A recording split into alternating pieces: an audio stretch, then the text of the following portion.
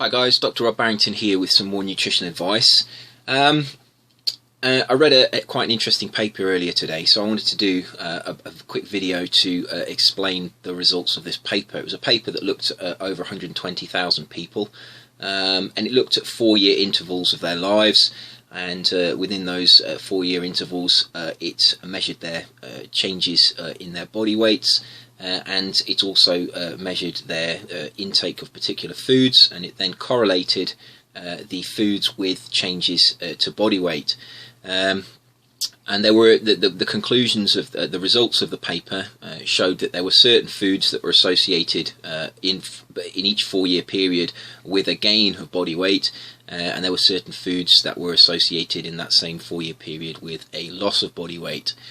I've got the data in front of me, and I will put the link to the paper in the comments box below this so that you can have a look at the figures if you missed them in the video.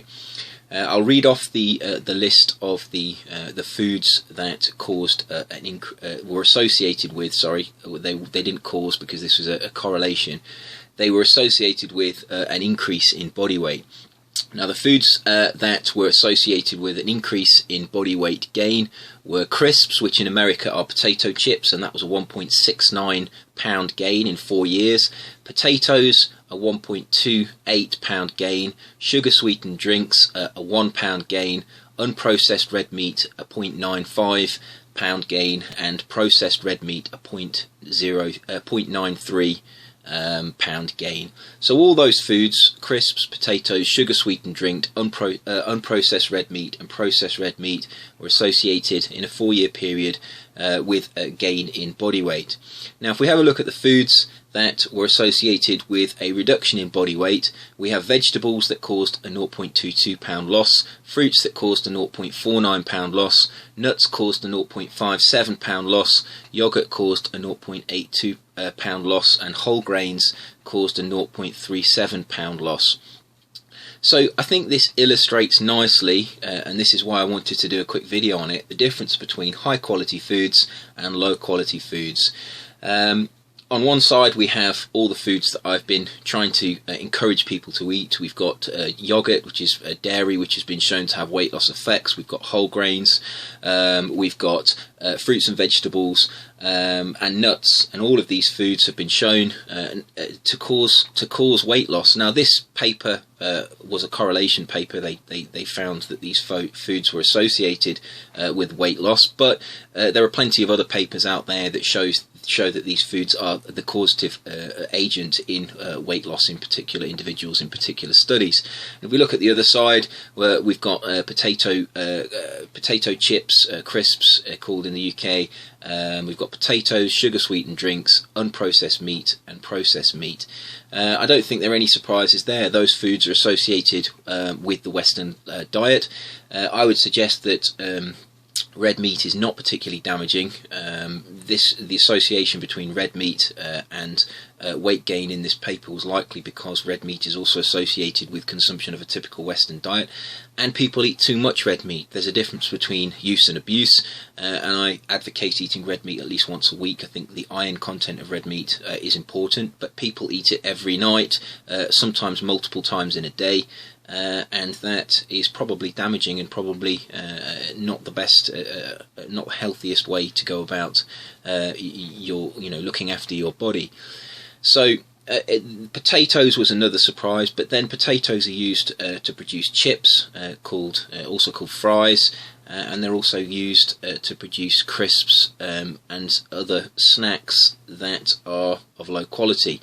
It didn't differentiate between the use of potatoes for eating in different styles of potato. The potatoes was one category, and therefore it's very difficult to understand why that association was there. But I would suggest that if you looked at that data in more detail and you had more time to analyse it, you'd probably find that there was differences between the different ways of eating a potato. But I thought this was quite interesting, and obviously potatoes are a carbohydrate food, and carbohydrate foods, we do overeat carbohydrate foods, which tends to cause insulin resistance. It tends to decrease insulin sensitivity because we eat too many refined carbohydrates, and most people eat potatoes without the skins, and of course that's refining the potato. Potatoes have high amounts of fibre, but it's all in the skin. If you don't eat the skin, you are effectively refining the potato, and therefore you're eating a refined carbohydrate, which causes insulin resistance. So if you're eating those foods, if you're eating crisps, potatoes, sugar-sweetened drinks, which have been shown many times to cause obesity, unprocessed red meat and processed red meat, if you're eating large amounts of those foods, you are going to gain weight in a 4-year period based on the results from this study. If you are eating vegetables, fruits, nuts, yogurts and whole grains, and you're eating high amounts of those foods, the chances are your body weight is either going to remain stable or you're going to lose weight, depending on your current body weight relative to what your set weight should be. So I wanted to just talk about this and really highlight this, and I'll put the link to the paper in the comments box below, because I thought it was quite an interesting, quite a simple study, but it does highlight the difference between the quality of foods, high quality foods and low quality foods. Many people, after I've talked about high and low quality foods, they say, well, what are high quality foods, what are low quality foods? Here's a good example of two lists of some food groups that appear to be of high quality and appear to be of low quality, because and that's basing the criteria on the fact that they cause weight loss or weight gain. So I hope you enjoy reading that paper as much as me. There is a lot more detail in that paper than I have discussed in this video, so I do recommend that you download it. It's available as a full PDF. It was in the New England Journal of Medicine. It's a very interesting paper, so if you're interested in learning more about high quality and low quality foods and the association between foods and weight gain, I would suggest that you read that paper. If you've got any questions, particularly anything you don't understand the paper and you want anything clarifying, please leave a comment in the comments box below this video, and as always I will get back to you as soon as I can.